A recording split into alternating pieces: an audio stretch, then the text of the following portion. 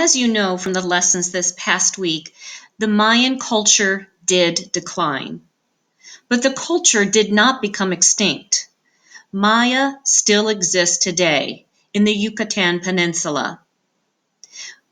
Let's learn a few Mayan words as we enter our final day of learning about the Maya.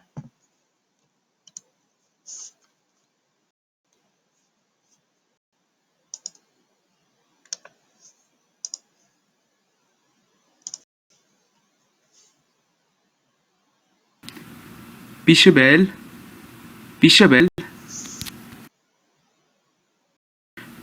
Ma'alob, Ma'alob, Hach Ma'alob, Hach Ma'alob,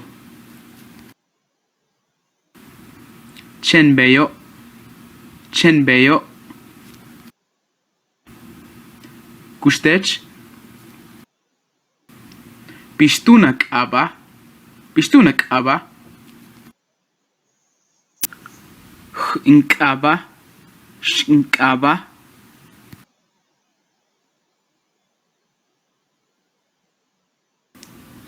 Kaline Inkaba, Kaline Inkaba, Shkonchae Inkaba, Shkonchae Inkaba, Hachki Imakin Wolink Ahol Tikech, Hachki Imakin Wolink Ahol Tikech, Peshanten, Peshanten, Tuushilech, Tuushilech, Ilen, Ilen, Itzmalilen, Itzmalilen,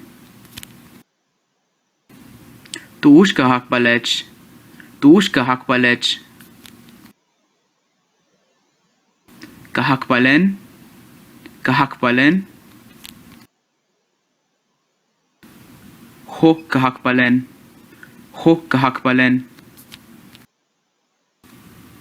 Malukin, Malukin, Malob Chumukin, Malob Chumukin, Malob Chinilkin, Malob Chinilkin, Malob Akab, Malob Akab,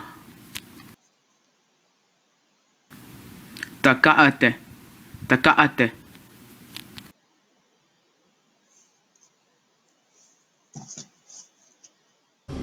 Bashagat, Bashagat,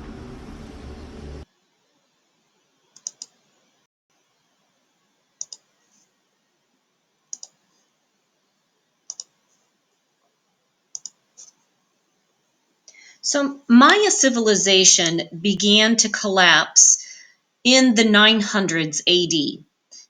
People just stopped building temples and other structures.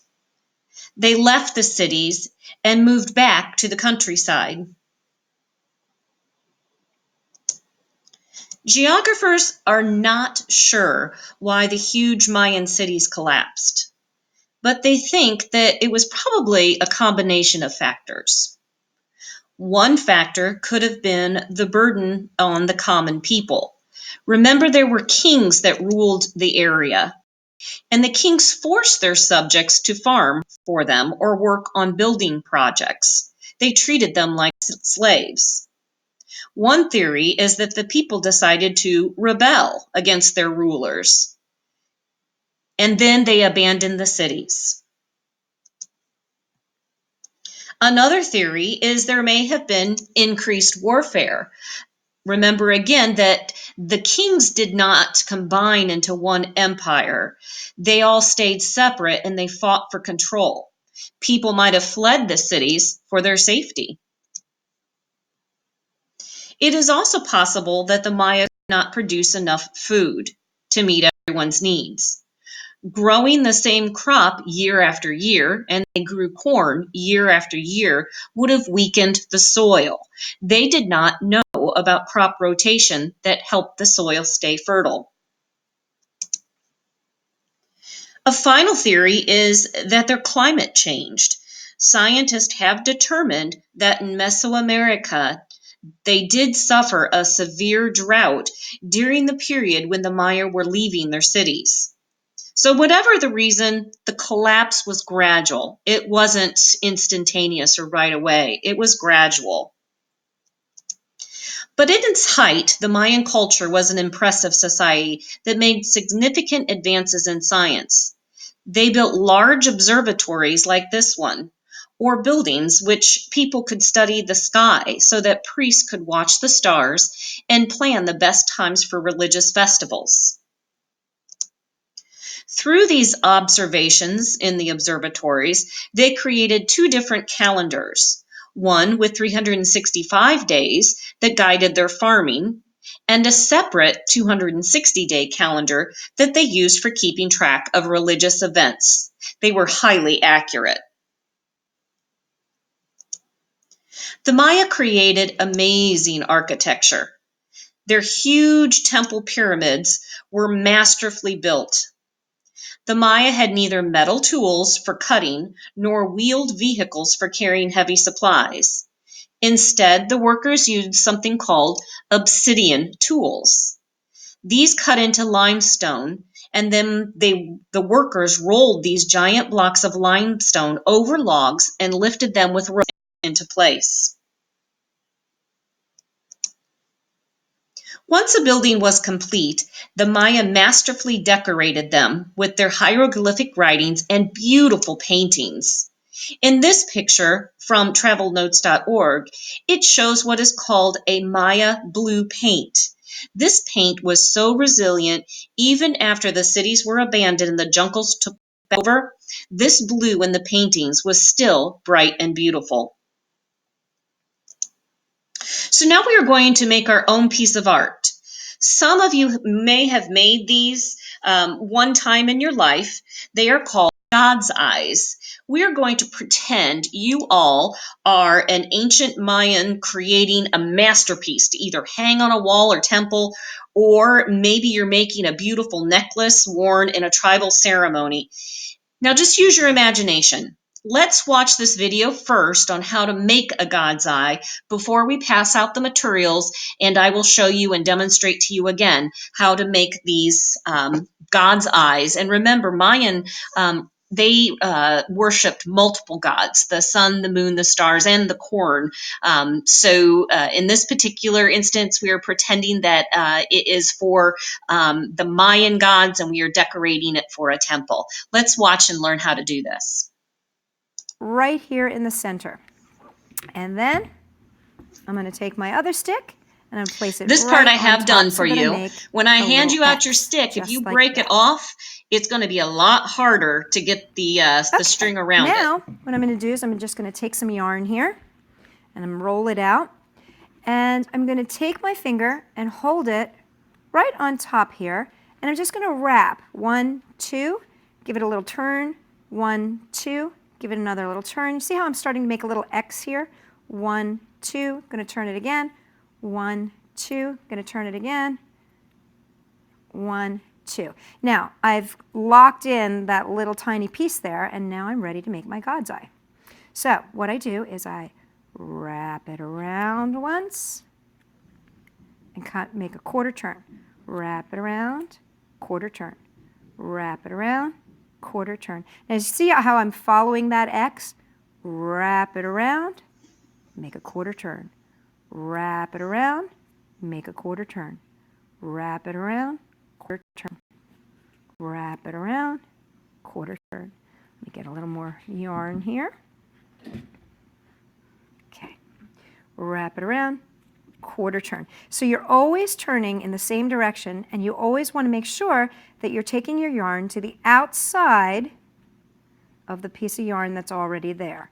And as you can see, as I keep doing this, you're going to see the eye start to form. And basically, it's a diamond shape in the center there. Can you see that? There's the eye. So you just keep going, quarter turn, quarter turn, quarter turn. And as you get good at this, you can get really fast. Now, if you're not using a yarn that changes color. What you can do is you can get to about this point with a straight color, like say you used a blue or a white. You could stop here, cut your string, take a different color, and take that string end and tie those two together. And that would give you something along the lines of this pattern. So here you can see I started with some dark blue, and then I cut my dark blue and I added this sort of turquoise. I just tied that, and then I went. And I'm going to pause it here because you each will get one color. You can make your God's Eye all one color, or if you would like, you can share your yarn with the person next to you and you can make it two different colors. So she is showing you how if you want to make it different colors or have different colors in it, you tie the string together and continue on.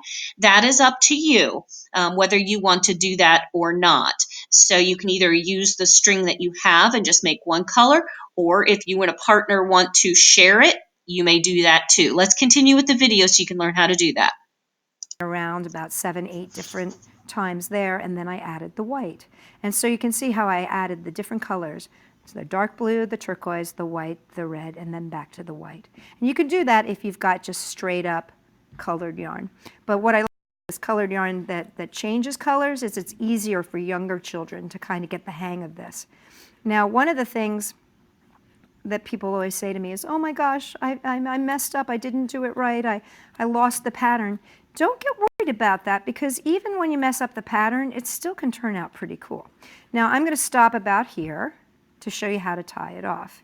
But there, hopefully you can see, my pattern has created a little God's Eye, which is really cool. So now I'm going to snip right about there. And to tie it off, when you do cut, I have the scissors. You just raise your hand and I'll come over and cut the string for you. I do not have scissors for each of you. So just when you get to this point, raise your hand and I will come cut the string, and it's going to be long enough so you can make the knot. Let's watch how she makes the knot, because it's probably one of the most difficult parts.